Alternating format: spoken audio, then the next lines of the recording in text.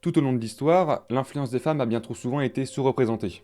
De nos jours, lorsqu'on nous demande de nous imaginer une personnalité historique qui aurait impacté des domaines tels que les mathématiques, la physique ou encore l'aérospatiale, ce sont principalement des profils masculins qui nous viennent à l'esprit. En effet, notre société actuelle est sous-informée concernant ces chercheuses historiques qui, de par leurs travaux et leurs efforts, ont réussi à nous transmettre leur héritage. Un héritage qui, encore aujourd'hui, impacte notre vie quotidienne. Aujourd'hui, nous allons vous présenter une de ces femmes, Mary Jackson, une afro-américaine née au XXe siècle dans une Amérique gangrénée par le racisme et la ségrégation, qui, comme nous allons le voir dans cette vidéo, va réussir à surmonter les discriminations qui lui ont été imposées de par sa couleur de peau et son sexe, allant jusqu'à travailler à la NASA. Mary Jackson commence sa vie un 9 avril 1921 à Hampton, en Virginie, dans une famille afro-américaine. On peut se rendre compte dès son enfance qu'elle montre un très fort intérêt pour les mathématiques et les sciences, et ce en grande partie grâce à l'influence de son père, qui lui a appris dès son plus jeune âge à se poser énormément de questions, mais surtout à répondre à ces questions. Sa passion pour les sciences, elle est également nourrie par l'exemple de ses professeurs et de son environnement scolaire, un environnement dans lequel elle va tout particulièrement se distinguer de par ses compétences en mathématiques.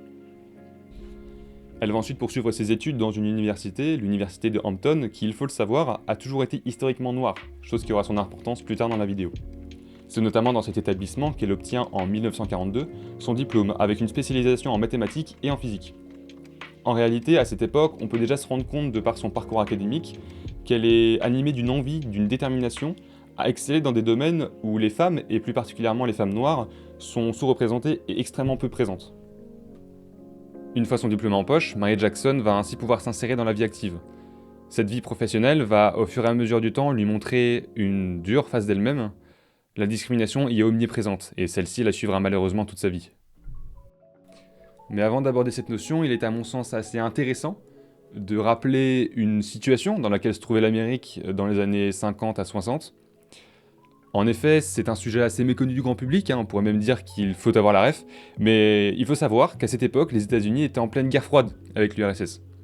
Alors je sais que vous pouvez être étonné par cette nouvelle, mais en réalité, après avoir combattu durant des années, ces deux superpuissances ont dû trouver de nouvelles manières de se faire la guerre autrement que physiquement. C'est ainsi que se sont engagées de nombreuses courses, que ce soit dans les sciences, le sport, ou encore l'une des plus grandes d'entre elles, la course vers l'espace. Au-delà de cette guerre froide, Mary Jackson grandit dans une Amérique dans laquelle les notions de racisme et de ségrégation sont intensément enracinées. En effet, ce contexte géopolitique et social est profondément inégalitaire, et bien que je sache que j'ai déjà énormément abordé ces deux notions, il est à mon sens assez important de comprendre le fait qu'à cette époque, les personnes de couleur n'avaient pas seulement leur vie quotidienne impactée par cette ségrégation, que ce soit dans les transports en commun, dans les commerces ou autres, mais aussi énormément d'opportunités d'éducation et plus particulièrement des opportunités salariales qui leur étaient retirées de par leur couleur de peau, et ce encore plus pour les femmes. C'est notamment dans ce contexte que Mary Jackson est confrontée à des défis multiples. Elle doit naviguer dans un système raciste qui la cantonne à des postes subalternes, tout en étant une femme dans un milieu majoritairement masculin. Hé Marie, quoi? Fleur. Dans son contexte de guerre froide, la NASA va alors prendre une importance toute particulière pour les États-Unis. Et c'est donc dans une situation assez atypique pour Mary Jackson, qui essaye de se maintenir la tête hors de l'eau à travers des postes subalternes, qu'elle va pouvoir entrevoir une porte de sortie, porte étant la NASA elle-même. En effet, dans les années 50, après avoir travaillé en tant que professeur et ingénieur, Mary Jackson rejoindra la NASA, en Virginie. Commencera alors sa carrière en tant que calculatrice humaine, une tâche consistant à effectuer des calculs complexes pour des programmes spatiaux et ce, aux côtés d'autres femmes afro-américaines, comme Katherine Johnson. Bien qu'elle excelle dans son travail, elle fera face à une discrimination raciale et sexiste systématique. Mary Jackson est en réalité confrontée à des barrières sociales et institutionnelles. Elle est affectée à un département réservé aux femmes noires et travaille dans un environnement où ses collègues, des hommes, sont trop souvent favorisés.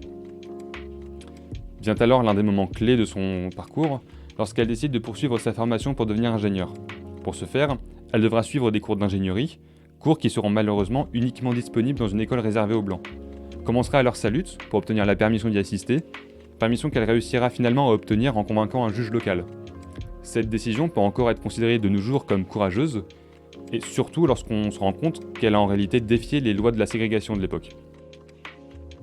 Une fois ingénieure, Mary Jackson réussira à contribuer de manière significative au programme spatial américain. Son travail aidera à concevoir des avions et des fusées, notamment dans la conception de modèles des aéronefs de haute performance. Elle deviendra la première femme noire à obtenir le titre d'ingénieur à la NASA, et son rôle dans la réussite des missions, bien que trop souvent méconnu, est alors considéré comme essentiel. Grâce à son expertise et à sa persévérance, elle jouera un rôle indirect mais crucial dans la course à l'espace. Comme nous avons pu le voir, Mary Jackson va réussir à surmonter cette discrimination qui l'a pourtant oppressée à ses débuts, au point de devenir un atout, bien que méconnu, de la NASA. Néanmoins, sa carrière ne s'arrête pas seulement à la NASA, et en effet, après sa carrière là-bas, elle va continuer à contribuer à l'épanouissement des jeunes talents en tant qu'ambassadrice pour les carrières scientifiques auprès des jeunes de la communauté afro-américaine. Ce n'est qu'en 1985, donc après 34 ans de service, qu'elle finira par prendre sa retraite. Enfin, je pense qu'il est assez intéressant de souligner l'importance qu'a eu Mary Jackson tout au long de sa vie, et ce tout particulièrement à la NASA. Il est aussi intéressant de souligner l'importance et l'influence dont elle fait preuve de nos jours malgré sa mort. Cette influence, on la retrouve encore assez aisément dans des événements tels que l'hommage que lui a fait la NASA en 2019, en rebaptisant un de ses centres d'innovation selon son nom. L'empreinte qu'a réussi à laisser Mary Jackson dans notre histoire est encore plus durable que nous ne pouvons l'imaginer. Cela s'explique en grande partie de par le fait qu'elle a incarné durant toute sa vie la lutte contre les injustices raciales et sexistes. Elle a incarné cette lutte non seulement en s'imposant dans un milieu de travail extrêmement hostile, mais aussi en brisant des barrières qui entravaient l'accès des femmes et des Afro-Américains aux professions scientifiques. Encore de nos jours, son parcours a inspiré et inspire des générations de jeunes filles et de personnes issues de minorités à poursuivre des carrières dans des sciences telles que la technologie, l'ingénierie ou encore les mathématiques. En réalité, si je devais conclure cet exposé sur une seule phrase, ce serait que Mary Jackson reste et restera un symbole de courage et de détermination dans l'histoire de la conquête spatiale.